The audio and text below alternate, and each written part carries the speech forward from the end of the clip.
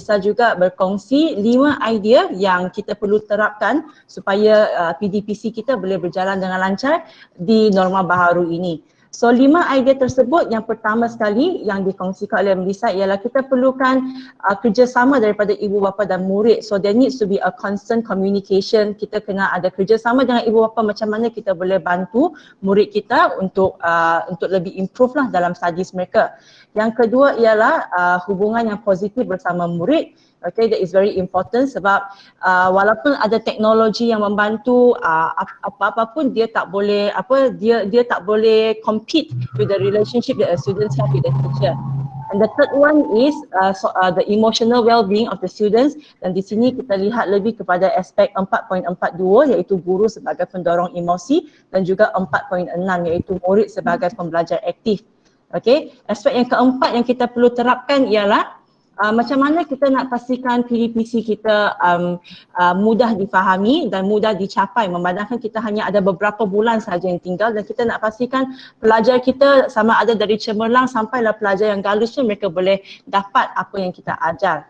Dan yang kelima ialah macam mana kita sebagai cikgu kita boleh bekerjasama untuk merancang PDPC bersama. Sebab saya rasa kalau kerjasama ini boleh berjalan, at least kita boleh sama-sama meringankan beban, at the same time kita boleh pastikan PDPC kita dirancang dengan komprehensif lah. So kalau cikgu lihat aspek 1 hingga 3 dia merangkumi the social and emotional well-being of the students, and aspek 4 dan 5 merangkumi pembelajaran murid. Dan kemarin Melissa sudah kongsi cara-cara kita boleh bekerjasama dengan ibu bapa. She shared a 12-week plan, apa yang kita boleh melakukan pada 2 minggu pertama, 8 minggu yang di pertengahan dan 2 minggu yang terakhir. So kalau handout sudah diberikan, kalau cikgu nak refresh balik boleh rujuk kepada slide yang dikongsi. Untuk hari ini kita akan fokus kepada pendekatan modular. Macam mana kita nak pastikan PDPC kita dirancang dengan mudah, macam mana kita nak utamakan PDPC kita supaya pelajar yang halus pun dia boleh faham. Alright? So ini ialah objektif kita. So seperti yang saya kongsikan tadi, objektif utama kita ialah bagaimana kita boleh mengutamakan sukatan pelajaran kita sama ada berdasarkan HSP ataupun DSKP. Ada 3 perkara yang kita harap kita boleh capai bersama pada akhir webinar hari ini, iaitu kita boleh bezakan apa itu pendekatan modular linear dan bukan linear. Macam mana kita boleh laksanakan pendekatan modular bukan linear secara mendatar dan menegak, dan bagaimana kita boleh gunakan 3 langkah ini untuk merancang PDPC kita. Okey? Ini ialah agenda kita untuk hari ini. 30 minit pertama kita akan lihat kepada pendekatan modular, dan 20 minit yang terakhir kita akan ada sesi soal jawab, dan kita akan cadangkan apa yang cikgu boleh laksanakan selepas webinar kita pada hari ini. Okay, so sebelum kita mula, sebelum saya, Mr. Anbu akan take over from here. Sebelum itu, boleh tak saya minta kerjasama daripada cikgu sekalian untuk pergi ke QR code ini. Kalau cikgu gunakan phone, you can scan the QR code. If you are using your laptop or your desktop, cikgu boleh klik, cikgu boleh masuk ke link ini ataupun pergi ke menti.com dan masukkan kod yang diberi. Kita nak dapatkan jalankan sedikit survey untuk lihat, dapatkan pandangan daripada cikgu berkenaan pendekatan modular. Okay, so I'm going to put this here. Link juga akan rakan saya Syaza sudah letakkan link di bahagian chat. So cikgu boleh pergi ke menti.com dan join survey ini bersama-sama, dan saya akan pass masa ini kepada Mr. Anbu sementara dia menunggu kita untuk masuk ke survey ya. So daripada sini kita boleh lihat daripada 44 cikgu yang menjawab, 34% say that mereka pernah didedahkan kepada pendekatan modular, dan another 66% share that mereka tidak pernah didedahkan kepada pendekatan modular. So it's okay, that is why we have this session today, supaya kita sama-sama belajar, sebab saya pun sebelum ni tak pernah didedahkan sehinggalah saya berjumpa dengan Mr. Anbu. So today is a session for us to learn what is pendekatan modular and macam mana kita boleh laksanakan dalam PDPC kita. Mr. Anbu, are you okay there? Ya, okay. Thank you, Denise. Okay, pada tuan-tuan dan puan-puan pada petang ni, terlebih dahulu saya minta maaf lah kenapa wajah saya tak timbul dalam dalam Google Meet ni, walaupun I dah on upload video ni, tak apalah. So Salam sejahtera semua. Okay, terima kasih kerana sudi bersama-sama saya pada petang ini. Okey, untuk petang ni mungkin kita akan lebih santai je. So, cikgu jangan stres, tak ada apa-apa. Yang cuma kita nak just refresh balik apa yang kita faham tentang pendekatan modular sebelum kita mendalaminya. Alright? Baik, kalau kita mula dengan kita katakan apa yang dikatakan sebagai modular, pendekatan modular. Okey, pendekatan modular ni merupakan satu pendekatan yang di mana cikgu-cikgu boleh kita kata susun tajuk-tajuk ataupun standard kandungan ataupun standard pembelajaran mengikut kesesuaian lah, kesesuaian di mana pelbagai teknik dan kaedah boleh dilaksanakan mengikut kebolehan murid dan situasi semasa. Okey, ini kalau kita tengok pada kita kata sebagai konsep pendekatan modular lah, ya. Baik, sometimes bila kita dapat cikgu-cikgu kita dapat konsep-konsep ni, sometimes cikgu rasa macam benda-benda tu macam terlalu rumit. Sebenarnya kita dah cuba untuk memudah cara so that cikgu boleh memahami konsep ni dengan lebih mudah. So kami ada beberapa cadangan yang kami akan utarakan pada petang ni dan kita akan mendalami bersama-sama lah, ya. Baik, okey, jadi seteruskan. Yep. Okey, kalau kita tengok pendekatan modular, okey, kita boleh bahagikan kepada dua jenis lah, ya. Satu kepada linear, okey, kita katakan linear. Jadi kalau linear, tentulah cikgu-cikgu yang mengajar matematik tentu dah faham apa yang dimaksudkan sebagai linear tu. So linear tu, kalau kita kata linear, tajuk ataupun standard kandungan yang terdapat dalam DSKP tu kita ikut turutannya. Sebab dalam DSKP ataupun HSP memang kita dah dapat susunannya. Okey, jadi cikgu cuma perlu ikut saja. Okey, ikut susunan yang telah dicadangkan oleh kementerian, ya. Jadi cikgu boleh ikut turutan itu. Itu dikatakan pendekatan modular secara linear. Dan yang kedua, kalau kita tengok, yang kedua ialah yang bukan linear. Okey, yang bukan linear. Jadi kalau yang bukan linear ni pula kita tidak mengikut turutan. Okey, kalau tadi linear tu kita mengikut turutan HSP ataupun DSKP, yang ni tidak mengikut turutan. Jadi bila tidak mengikut turutan, maksudnya cikgu boleh mengambil topik-topik ataupun tajuk-tajuk ataupun standard kandungan yang mungkin kalau ikut susunan dalam yang terkandung dari SKP itu mungkin dilewatkan, tapi cikgu boleh ataupun tajuk tersebut. Okey, dan cikgu kena, tapi sebelum tu cikgu memang kena expert lah. Saya faham cikgu memang expert dalam contents, knowledge tu kan, tak ada masalah. So bila cikgu seorang yang pakar dalam kandungan, saya rasa tak ada masalah apabila cikgu dapat kenal pasti apakah topik-topik ataupun standard pembelajaran yang boleh digabungkan. Contoh kalau kita tengok slide yang saya paparkan ni, macam mana kita boleh gabungkan chapter ataupun topik 2 dan 4. Okey. Ataupun 1 dan 3, bab 1 dan bab 3. Macam tu. So kalau kita tengok lagi lebih detail lagi, sebagai contoh seperti kita katakan, okey, saya ambil contoh matematik lah, katakan kita nak ajar topik ataupun chapter graf fungsi.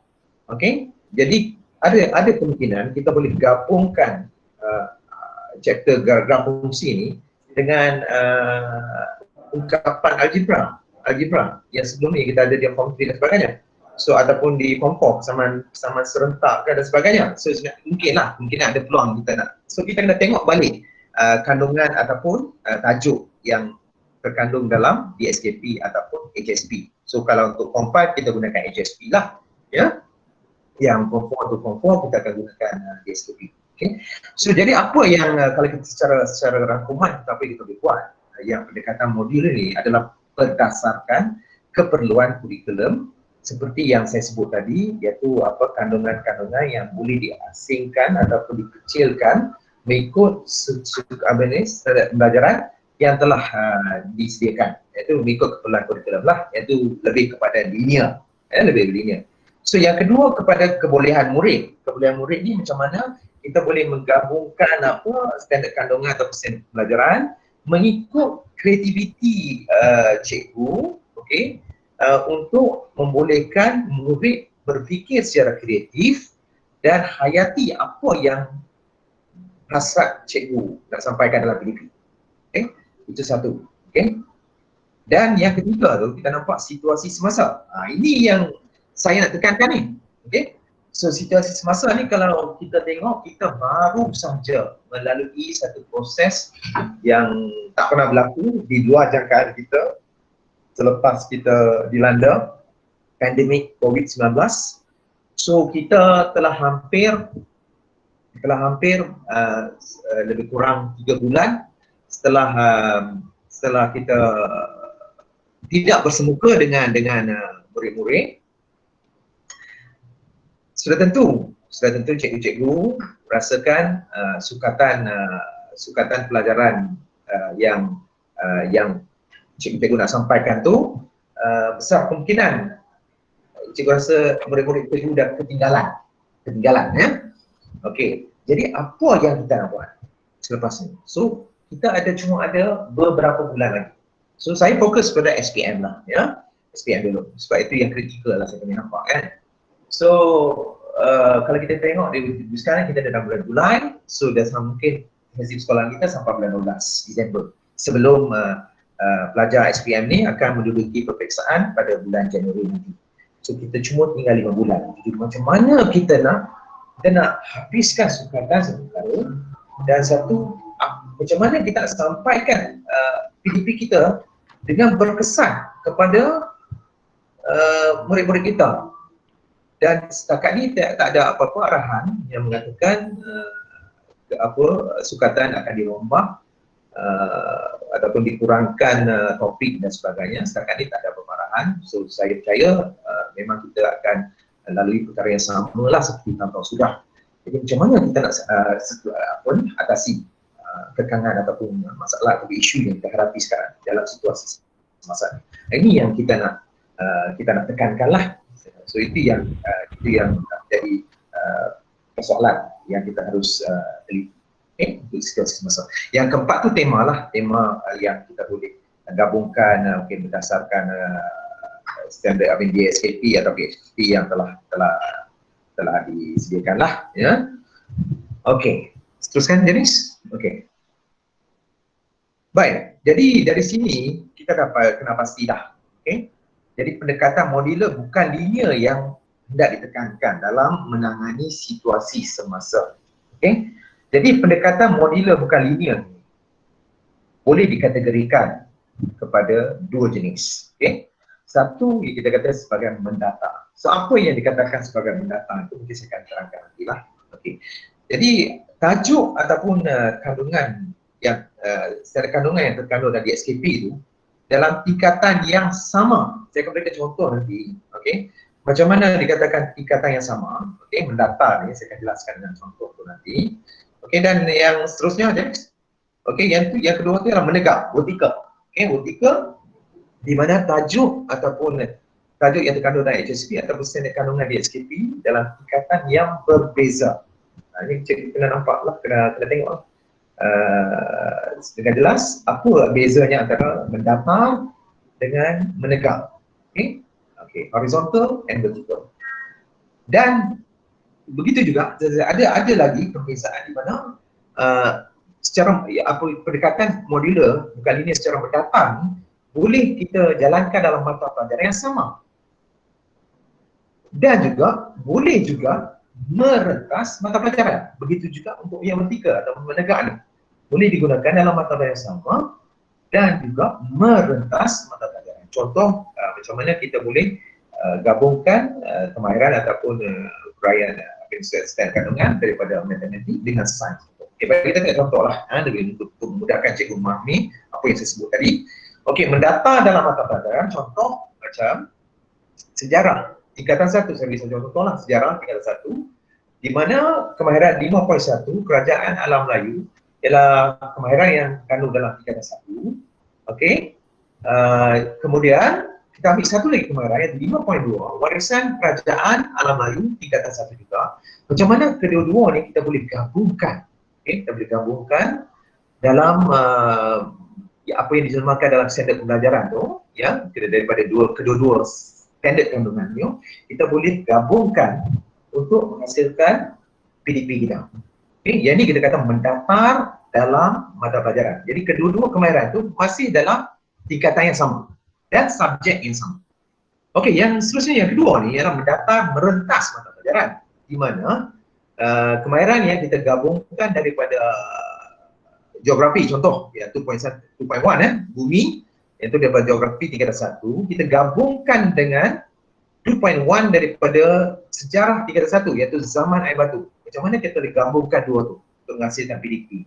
So ini telah merentas mata pelajaran. Okay? Merentas mata pelajaran. Ini perbezaan antara mendaftar dalam mata pelajaran dan merentas mata pelajaran. Okay? Ini untuk tingkatan ni lah yang sama. Seterusnya Dennis. Okey, kita tengok pula yang menegak. Yang tadi mendaftar, okey, kita tengok yang menegak. Menegak ni kalau kita tengok konsepnya, menegak tu dia mestilah melibatkan pelbagai aras lah, pelbagai aras, di mana kalau kita tengok kita gabungkan kemahiran, contoh 1.1 pengenalan ilmu sejarah tingkatan 1, kita gabungkan dengan Kesultanan Melayu Melaka daripada tingkatan 2. Okey, jadi satu tingkatan 1, satu lagi tingkatan 2. Jadi ini menunjukkan pelbagai aras dalam mata pelajaran yang sama. Okey. Yang seterusnya ialah menegak merentas mata pelajaran. Okey, yang ini pula pelbagai aras dan juga merentas mata pelajaran, ya. Contoh 5.1 Kerajaan Alam Melayu daripada sejarah tingkatan 2, kita gabungkan dengan 1.2 kedudukan dalam geografi tingkatan 1. Jadi yang ini adalah untuk merentas mata pelajaran yang atas sejarah dan geografi. Kita boleh contoh macam konsep katakan saya berikan contoh yang lain jugalah, mungkin daripada dalam subjek yang lain. Contoh macam kita ambil kita ambil yang menegak lah dalam mata pelajaran, contoh macam Form 5 lah, kita fokus ke Form 5. Katakan saya ambil tajuk transformasi, okay? Transformasi ataupun jelmaan lah. Jelmaan dalam Form 5, kita boleh juga ambil kemahiran daripada tingkatan 3 tu, tingkatan 3 yang asas tu dalam transformasi, ya, tingkatan 3 dan tingkatan 2, ya. So yang tu kita boleh ambil dan kita gabungkan dengan kemahiran dalam Form 5 tu, dalam transformasi tu. So yang ni kita kumpulkan dalam menegak dalam mata pelajaran yang sama. Jelas lah, harap tuan-tuan jelas lah apa perangai saya ni. Okey. Jadi seterusnya. Okey. Yang ni yang saya nak tekankan lah pertama ni. Jadi kami setelah berbincang, kami come up dengan satu pendekatan macam mana kita boleh laksanakan pendekatan modular ni dengan cara yang mudah di peringkat sekolah.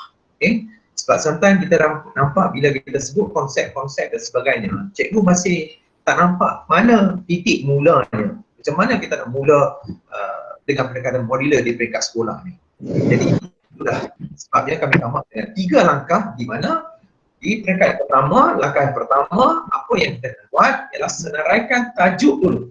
Tajuk ataupun standard kandungan yang perlu disampaikan. Kalau kita tengok contoh sekarang ni, kita dalam bulan Julai hingga ke Disember ni, apa tajuk-tajuk ataupun apakah standard kandungan yang kita perlu kawal dalam tempoh dalam 5 atau 6 bulan ni. Kita senaraikan dulu. Itu yang pertama lah. Okay, yang kedua, Dennis. Okey, yang kedua, kenal pasti tajuk atau standard kandungan yang boleh digabungkan.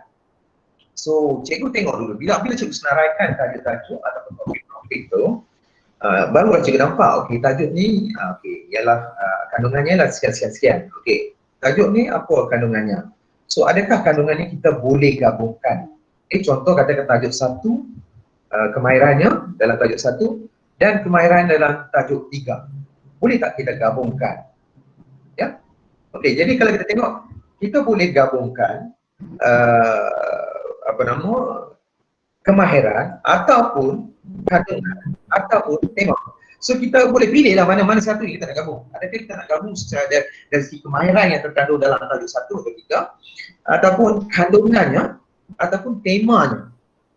Okey, yang ini bergantunglah, kita boleh pilih salah satu antara 3 ni, ya, kemahiran atau kandungan ataupun tema. Okey, contoh kemahiran 1 kita gabung dengan kemahiran tajuk 3 untuk sampaikan satu PDPC. Okey, kita guna. Ini langkah kedua. Okey, yang ketiga, yang ni yang menarik ni. Okey, ini yang menarik yang akan bantu cikgu lah, ya. Saya percayalah ini akan membantu cikgu. Sangat membantu cikgu. Okey, izinkan saya untuk terangkan sedikit apa yang kami come up ni, iaitu kami sebutkan sebagai matriks keutamaan lah, priority lah yang kita bagikan kepada topik-topiknya. Okey, matriks keutamaan ni kalau saya nak jelaskan lebih terperinci lagi, kita tengok ada 2 paksi cikgu dah. Iaitu satu yang paksi mendatar, satu lagi paksi menegak, ya. Paksi mendatar ni kalau kita tengok ialah usaha yang diperlukan oleh murid untuk memahami isi kandungan. Okey, maksudnya kita nak tengok dari segi pemahaman murid tu. Pemahaman murid tu dari segi sesuatu tajuk. Adakah tajuk tu senang untuk disampaikan kepada murid tu? Murid senang faham tajuk tu. Itu yang kita namakan kesukaran. Kesukaran apa? Yang paksi X tu. Adakah rendah ataupun tinggi? Adakah murid senang untuk faham atau susah untuk faham? Ini dikatakan untuk paksi mendatar ni, ya. Mendatar ni. Okey, yang paksi menegak pula itu adalah impaknya. Contoh bila kita letakkan satu usaha, kita berikan satu usaha, kita ajar topik tu, impaknya macam mana? Kalau impact tu mungkin kita boleh ukur dari segi markah lah. Okey, jumlah markah yang diperuntukkan untuk soalan-soalan bagi topik berkenaan. Okey, contoh saya berikan satu contoh macam katakan kita nak fokus, saya ambil contoh matematik juga lah, ya. Matematik katakan form 5 lah, form 5 SPM, kita ambil yang section B dalam kertas 2, ya. Yang tu dia memperuntukkan markah yang tinggi dan mungkin usaha yang kita nak buat untuk sampaikan tu mungkin mudah. Jadi dia akan letak di kuadran yang mana. Itu yang saya akan terangkan selanjutnya. Okey. So kalau kita tengok di dalam paparan ni, kita boleh nampak 4 kuadran, ya. Cikgu-cikgu yang matematik kena confirm faham lah apa yang disebut kuadran ni, ya.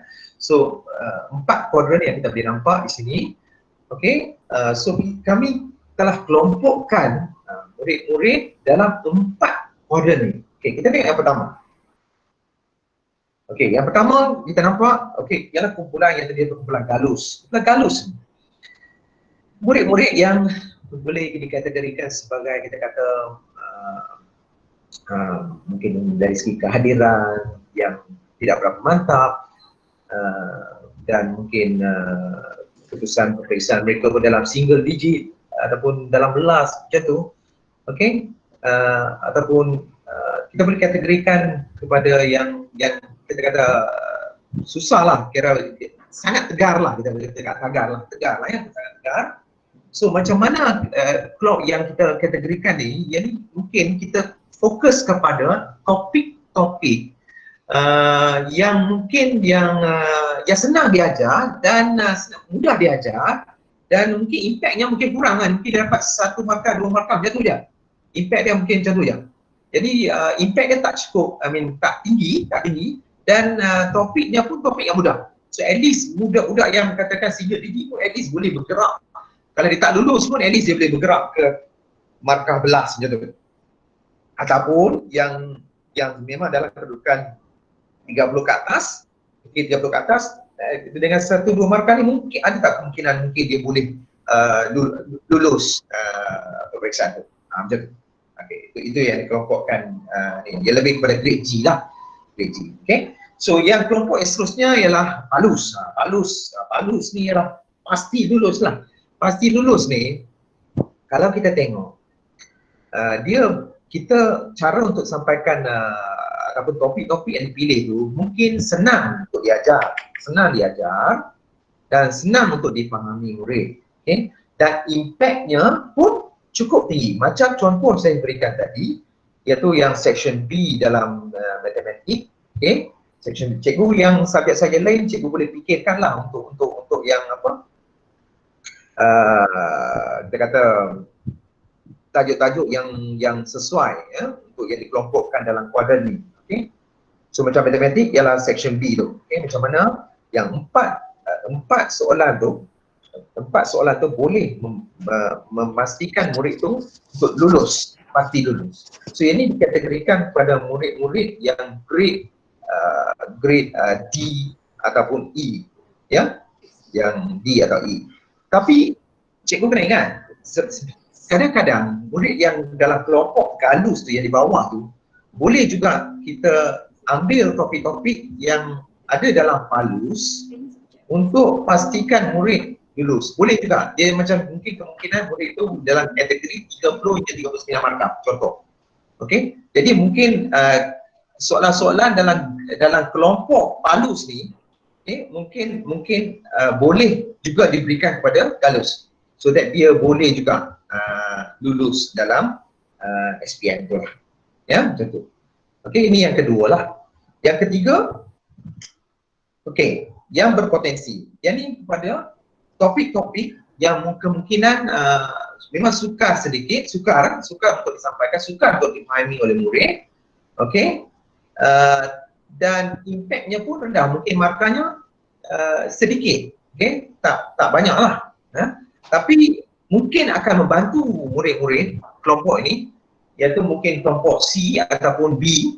Kalau ada kata B tu, mungkin dia boleh bantu murid ini untuk mendapat melonjakkan dirinya ke prestasi A, ataupun C itu dapat melonjak ke B. Ini yang dikelompokkan dalam kategori berpotensi. Jadi topik-topik apa yang boleh kita kelompokkan dalam jenis kuadran ni? Ini yang kita boleh kategorikan lah, ya. Okey, yang terakhir, the last one. Okey, impact tinggi, usaha tinggi. Okey, ini memanglah kalau kita tengok memang fokus pada cemerlang lah, ya, cemerlang, di mana topik-topik yang dipilih tu diajar tu mungkin topik yang memang susah diajar, susah difahami oleh murid, dan juga impactnya pun tinggi. Jadi ini fokus kepada cemerlang lah. Jadi macam mana murid-murid yang cemerlang, yang contoh A plus atau A minus ni, kalau A minus ni macam mana kita boleh push dia kepada A plus, ataupun A plus tu macam mana nak sustain dia dalam kategori A plus. So ini yang kita boleh jelaskan dalam 4 jenis kuadran yang kami rasa sangat penting lah, yang akan membantu cikgu macam mana nak buat pengasingan topik supaya memudahkan cikgu dalam masa melaksanakan PDPC. Okey, Janice?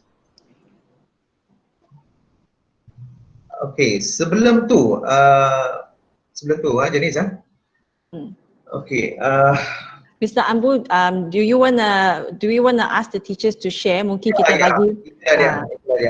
Okey, jadi saya nak minta sebab untuk jadikan kita lebih efektif lah, so that apa yang saya sampaikan ni mungkin nak kita tengok penjelasan daripada cikgu, adakah cikgu memang jelas atau tidak.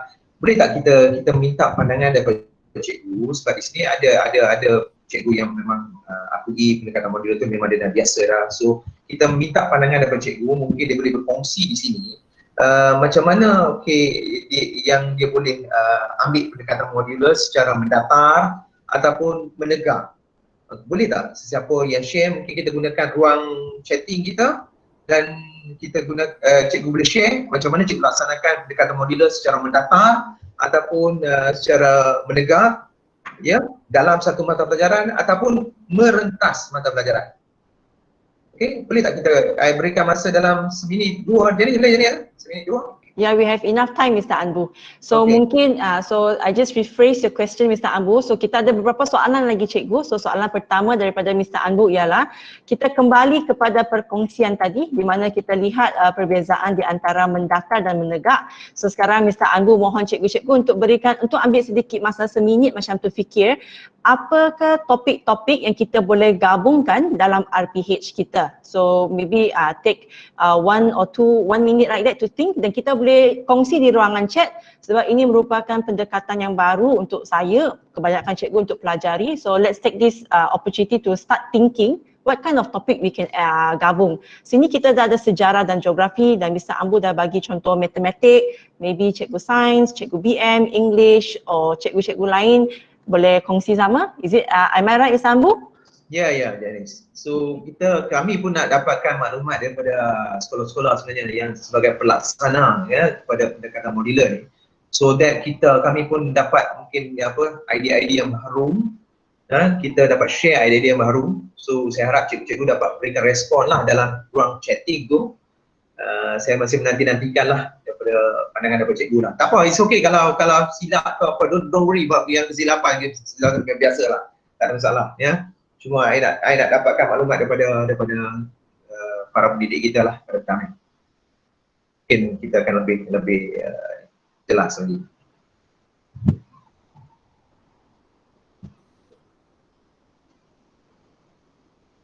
Mungkin kita tunggu seminit dua Janice. Yes, can Mr. Ambu. Ya, okey.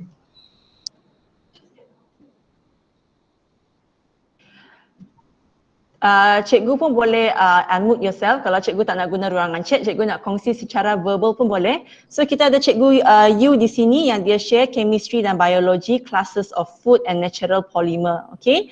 Cikgu Farah juga ada pendekatan modular antara subjek perniagaan dan perakanan. This is a very good suggestion, Cikgu Farah.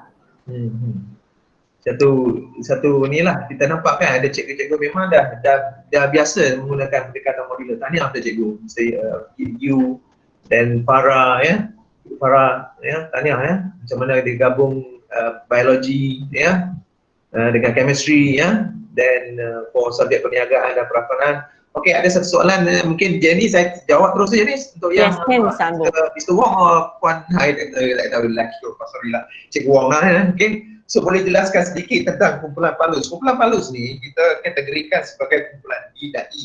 D dan I ni kumpulan ni kiranya macam tak selamat lah, tak selamat.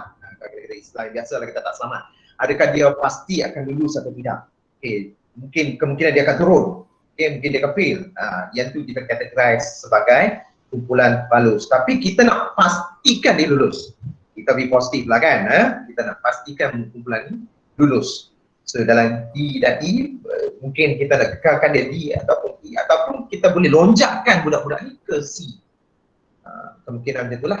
So sebab tu kita fokus pada topik-topik di mana di sini kalau saya nak kaitkan jugalah dengan apa yang dikatakan sebagai MAS tu, minimum adequate syllabus kan. Minimum adequate syllabus ni boleh ditumpukan kepada kumpulan ataupun kelompok murid-murid palus ni. Supaya murid-murid kita boleh pastikan murid ni akan lulus. Pastikan murid itu lulus. Rasa jelas kot Cikgu Wong penjelasan saya tu. Back to you Janice. Okay, so we have 3 cikgu here who shared, thank you very much, from chemistry and biology, antara perniagaan dan perakanan and also sejarah. So kita boleh lihat cikgu Mr. Ambu also share a little bit about macam mana kita boleh buat pendekatan modular untuk matematik dan sains. Soalan yang kedua yang saya pun saya masih lagi belajar ni. So if you look at this matrix keutamaan kan cikgu. So Mr. Ambu shared with us apa topik yang kita boleh tumpukan untuk setiap kuadran ini. So topik yang senang difahami walaupun markah rendah kita boleh tumpukan kepada pelajar galus contohnya. So mungkin di sini saya buka kepada cikgu untuk kongsikan, cikgu boleh imbas kembali peperiksaan, kertas peperiksaan cikgu, sama ada cikgu ajar SPM ke tak ajar SPM. I mean exam everybody will have to go through kan. So look back at your exam papers ataupun topik-topik yang penting dalam mata pelajaran yang cikgu ajar. Dalam kertas peperiksaan itu bahagian mana yang kita boleh ajar kepada pelajar galus, pelajar palus, cemerlang dan berpotensi. Mungkin cikgu boleh share di ruangan chat It's also for us to learn how we can prioritize how we want to prepare our students for exam also lah. Cikgu boleh share secara verbal also topik mana yang kita boleh utamakan untuk pelajar-pelajar yang dalam 4 kategori ini, terutamanya dalam konteks peperiksaan lah. Ya, sebab kita fokus pada SPM ni, ya. So bukan maksudnya kita abaikan kata yang lain, kata lain kita boleh jalankan sama, tapi fokus kita lebih kepada SPM. Kalau sebab kita tengok SPM ni ialah kohort yang pelajar SPM ni ialah kohort yang terakhir dalam KBSM, KBSM. Jadi kami macam kita lah, bukan katakan kami lah, kita mestilah berasa macam kita nakkan sesuatu yang sangat yang kita takkan lupakan lah forever. So kita nantikan mungkin keputusan yang sangat hebat daripada daerah Timur Laut dalam keputusan peperiksaan SPM 2020 ni. Okay? Jadi kami jadikan cikgu sebagai sandaran lah, ya, sandaran untuk kita kata dapatkan keputusan SPM yang kita kata kita takkan lupakan forever lah. Kita menantikan sesuatu. Saya rasa cikgu boleh. Saya rasa cikgu boleh. Ya? Kita akan sama-sama akan usahakanlah bersama-sama dengan PPD dan sebagainya lah. Ya. Mr. Ambu, ada komen daripada SMK Sri Mutiara. Can you see in the ruangan chat? Okay.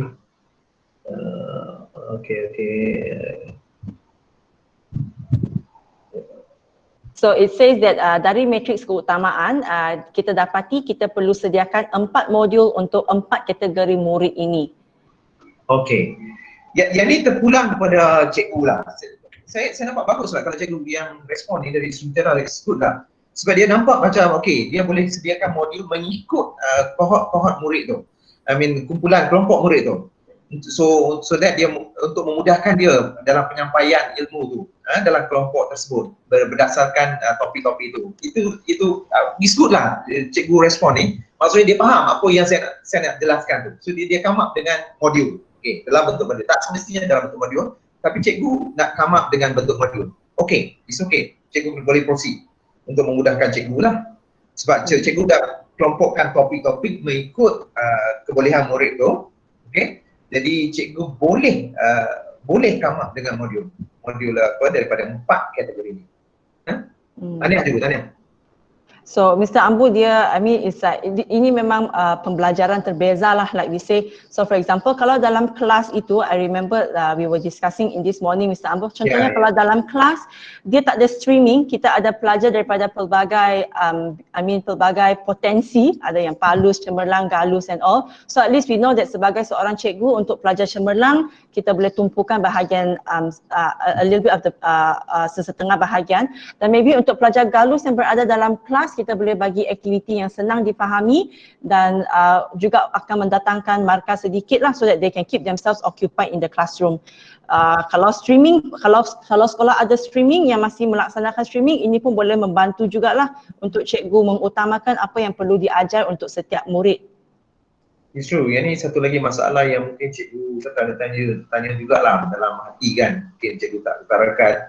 So macam mana kita nak laksanakan serentak. Macam mana kita nak tengok murid Galus dan juga Cemerlang pada masa yang sama, contoh. Tapi kalau macam yang ni jelaskan tu, kalau sekolah tu memang dah buat streaming, yang ni terpulang sekolah, bukan jangan kata PPD kata lah. Yang ni jadi satu isu sensitif nanti. Tapi terpulang ke sekolah, kalau dia rasa macam nak buat streaming, so akan memudahkan dia lah untuk fokus. Kalau Pulau Galus, kelas yang terakhir di Pulau Galus, dia fokus cuma di peringkat Galus, apa topik-topik yang dia boleh fokus untuk kumpulan Galus ni, atau kelas Galus ni.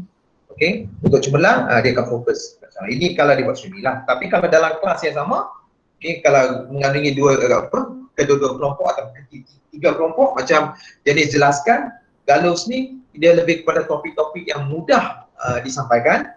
Jadi mudah kita boleh bagi dalam bentuk lembaran dan kita bimbing secara, kita kata, tak perlu terlalu ambil masa yang panjang. Tapi kita masih pada masa sama kita masih boleh fokus kepada murid Cemerlang, kita utamakan murid Cemerlang di situ. Jadi kita apa-apa pun kita ikut situasi dalam PDPC lah, situasi semasa dalam PDPC. So Yeah, thank you Ms. Amber. So in a way, usaha yang diperlukan oleh murid untuk memahami isi kandungan is also, I mean, when we talk about usaha, it's senang difahami oleh murid dan juga senang diajar oleh cikgu lah, in a way kan. Kalau susah dipahami oleh murid, it will require more effort from the teachers to teach as well.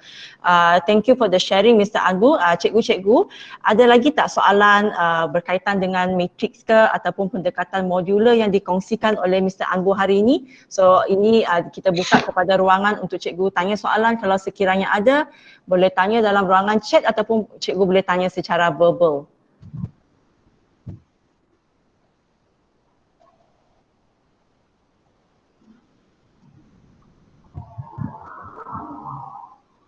Tanya kepada cikgu-cikgu jugalah ya. Ada lagi yang kata dia menggunakan cikgu sudah tak tahu di sekolah mana, mendata dalam apa? Dalam mata pelajaran sejarah bab 6, reaksi terhadap pembentukan Malaysia, dan bab 9, Malaysia dalam kerjasama serantau. Okey. Dia menggunakan dalam subjek yang sama lah. Subjek yang sama. Okey, mata pelajaran yang sama. Okay, so Mr. Abu, do you want to head on to your next session di mana you wanted to do a quiz for the teachers, is it? Ya, kalau tak ada apa-apa soalan, kita teruskan. Kami pula tanya soalan.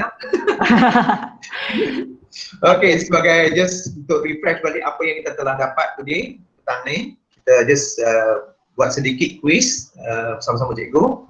Okey, cikgu-cikgu boleh tengok QR code ataupun link yang diberikan tu. Cikgu just scan, imbas ataupun masukkan link yang diberikan dan kita cuba jawab sama-sama soalan yang diutarakan. Okay, so Shaza has already put the link in the chat as well. So teachers, let's play this quiz together to see how well we have learned.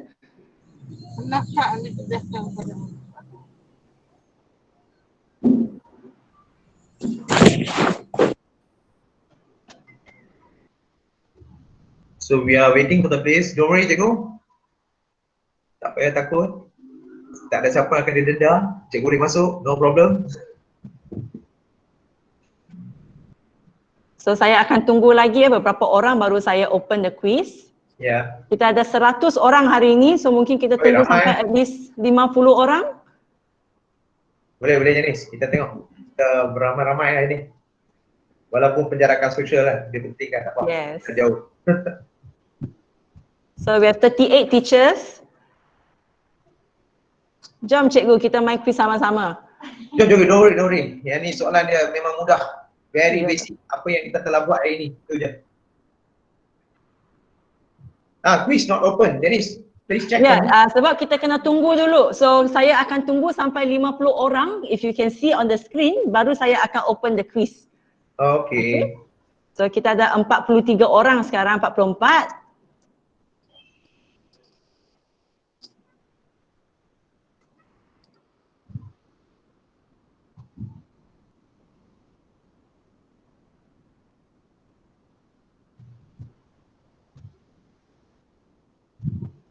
Okay cikgu, so kita ada 46 orang. Saya akan mula sekarang lah.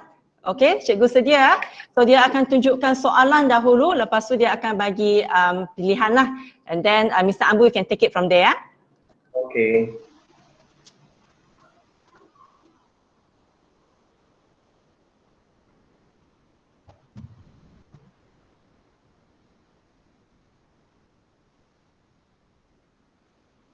Soalan yang agak mudah cikgu. Saya percaya semua cikgu dapat jawab ni.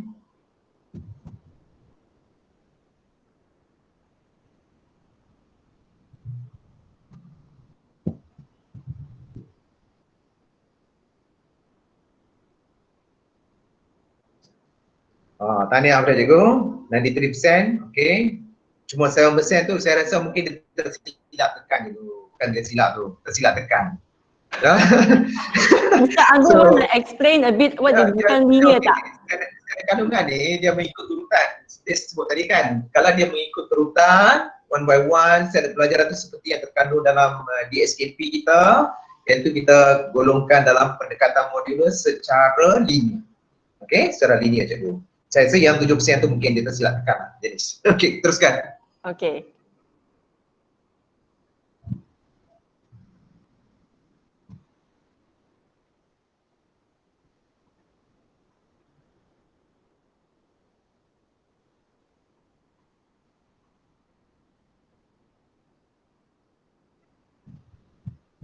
Apakah kaedah pendekatan modular berikut?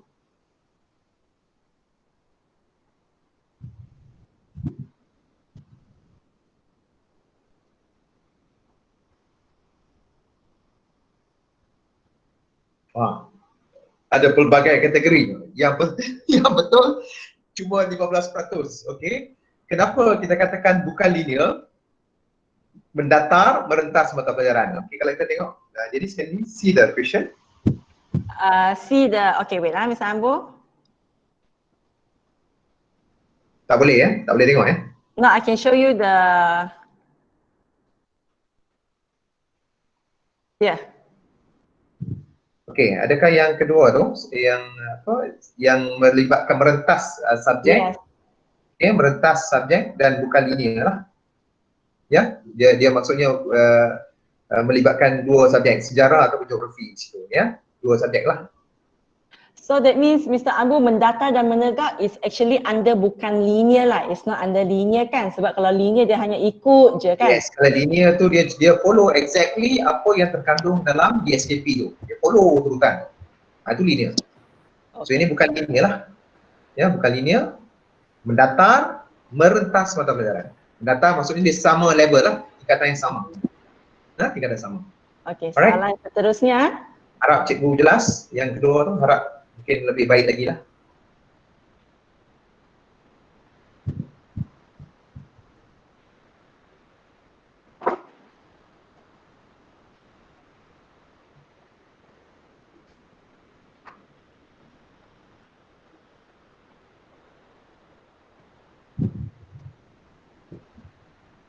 Cikgu boleh nampak subjek yang sama di situ.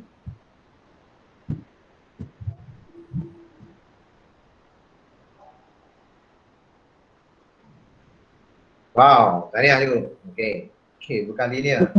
Okey, menegak sebab dia melibatkan tingkatan 1 dan tingkatan 2. Betul. Okey, dalam mata pelajaran yang sama. Very good cikgu. Ada improvement tak? The next one much better. Okay, next one. Better. Alright.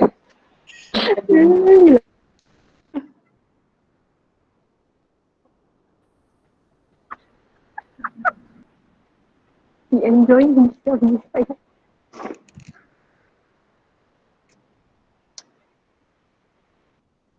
Dalam kuadran manakah yang harus ditambahkan untuk murid sederhana yang mencapai grade C hingga B? Which quadrant is that?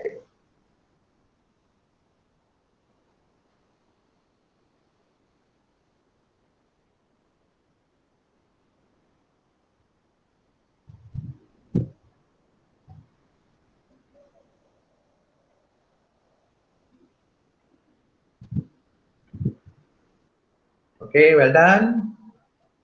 Well done cikgu. Okay, majority dapat jawab betul lah tu Okay. Memang dikelompokkan dalam kelompok yang berpotensi tu ya, berpotensi tu pada yang keempat. Kalau kita ikut yang matematik tu lah. Yes. Next one, Janice.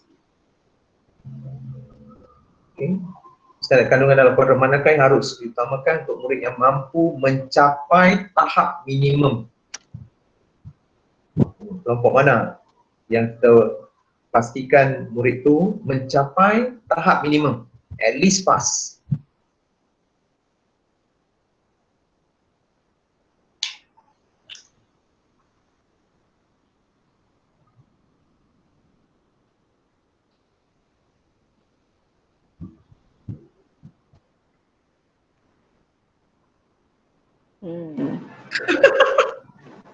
Mr. Ambu, you want to explain a little bit? Saya boleh tunjukkan quadrant tu.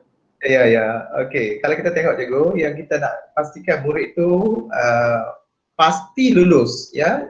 Cikgu ingat tu keyword tu, pasti lulus. Iaitu adalah kuadran yang palus lah, palus.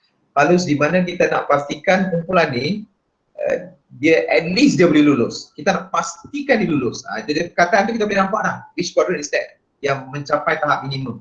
Ya, kumpulan palus. Kumpulan palus. Yang kita nak pastikan murid itu mencapai tahap minimum yang saya sebut tadi, di mana kita boleh fokus juga kepada minimum adequate syllabus, MAS tu. So that kita nak pastikan budak-budak ni dalam kelompok ni akan lulus. Okay, Janice? Yep. So that is the end of the Mentimeter. Sebab tadi bila saya keluarkan, saya terkeluar sekali, so kita tak boleh lihat berapa markah yang banyak.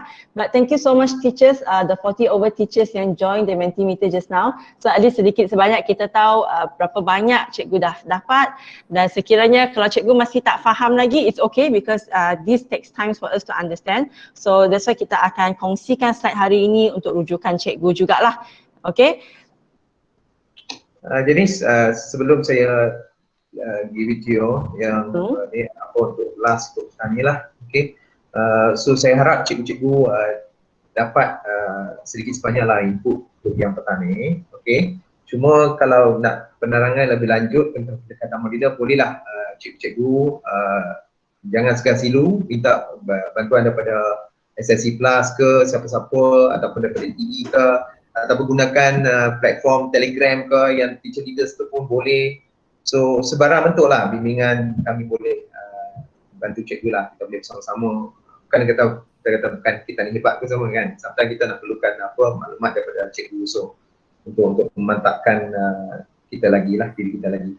Jadi tahniah kepada cikgu, harap cikgu berjaya lah melaksanakan pendekatan modul ini. Okay, back to you Janice. Okay, thank you very much for the sharing Mr. Anbu. So bila kita mula awal-awal tadi, kita dapati memang kita tak pernah didedahkan kepada pendekatan modular. So kami berharap sesi hari ini cikgu dah didedahkan, ada sedikit kefahaman tentang apakah itu pendekatan modular, linear, bukan linear, mendatar dan menegak, dan macam mana kita nak utamakan silibus kita, terutamanya kita ada 6 bulan lagi, macam mana kita nak pastikan apa yang kita ajar bertepatan dengan apa yang pelajar perlukan. So seterusnya cikgu, ini ialah langkah-langkah seterusnya yang kami cadangkan terutamanya untuk teacher leaders untuk laksanakan selepas sesi kita hari ini. Yang pertama sekali, sekiranya ada kesempatan, teacher leaders kami cadangkan anda untuk laksanakan sesi perkongsian mengenai apa yang kita dah kongsi hari ini kepada cikgu-cikgu di sekolah anda. Sama ada cikgu boleh kongsi melalui kumpulan Telegram ataupun WhatsApp di sekolah anda, dalam panitia ataupun kumpulan PLC, dan sekiranya kalau ada LDP boleh ambil satu slot untuk laksanakan perkongsian ini. Slide yang kita guna hari ini kita akan hantar kepada cikgu juga, so cikgu boleh gunakan slide tersebut dalam sesi perkongsian lah. Sebab bayangkan kalau kita boleh dedahkan lagi lebih ramai cikgu kepada konsep pendekatan modular ini, dan kita boleh bantu cikgu-cikgu di sekolah kita untuk utamakan apa yang mereka perlu ajar untuk murid mereka lah. Okey, yang kedua ialah kami cadangkan cikgu untuk cuba try out 3 langkah yang kami cadangkan hari ini. Boleh kembali ke sekolah dan lihat apa tajuk ataupun standard kandungan yang perlu disampaikan, macam mana cikgu boleh utamakan, dan cikgu tak perlu buat ini secara seorang, boleh berkumpul dalam panitia masing-masing ataupun cikgu-cikgu yang mengajar subjek yang sama, dan kita boleh rancang sama-sama macam mana kita nak utamakan silibus kita menggunakan matrix untuk tahun bulan-bulan yang akan datang lah. So if you ever try it cikgu dan you feel that cikgu masih perlukan sokongan ataupun masih perlukan penjelasan, so we go to the third one. Cikgu boleh menghubungi pegawai SISC Plus seperti apa yang Mr. Anbu kongsikan tadi, yang menjaga sekolah cikgu. You can reach out to them, they can help you with this. Or untuk teacher leaders, we have our own Telegram group. You can always share it in the group. It can be a form of a virtual discussion for us to see how we can support each other to apply what we have learned today. Okay? So sekiranya cikgu ada soalan ke apa, cikgu, you can still continue in the ruangan chat, or you can contact the officers, the SISC Plus, or you can ask in our Telegram group today. So it is already 2:59, kita akan berakhir jam 3. So sebelum saya berakhir, saya bagi link kepada Borang Maklum Balas. Di sini saya just nak maklumkan kepada cikgu, kita dah lalui 2 bengkel kemarin dan hari ini, dan bengkel kita yang ketiga yang terakhir untuk bulan Julai akan diadakan pada 22 hari bulan 7 lah, iaitu dalam waktu 2 minggu lagi. Okay, dan bengkel untuk bulan Ogos nanti kita akan maklumkan dalam grup kita. Okay, so sebelum cikgu leave the session today, so tolong isi Borang Maklum Balas so that we can send you your e-certificate, dan Borang Maklum Balas ini juga untuk kami kutip kehadiran cikgu lah, so you can use the QR code or you can use the link to key in the feedback form. Okay, So that's all for today, teacher leaders. It's already 3 o'clock. Thank you for being with us. We hope today's session helped you in looking at how you can plan your syllabus better. So please continue to stay. You can leave after you complete the feedback form. Thank you very much.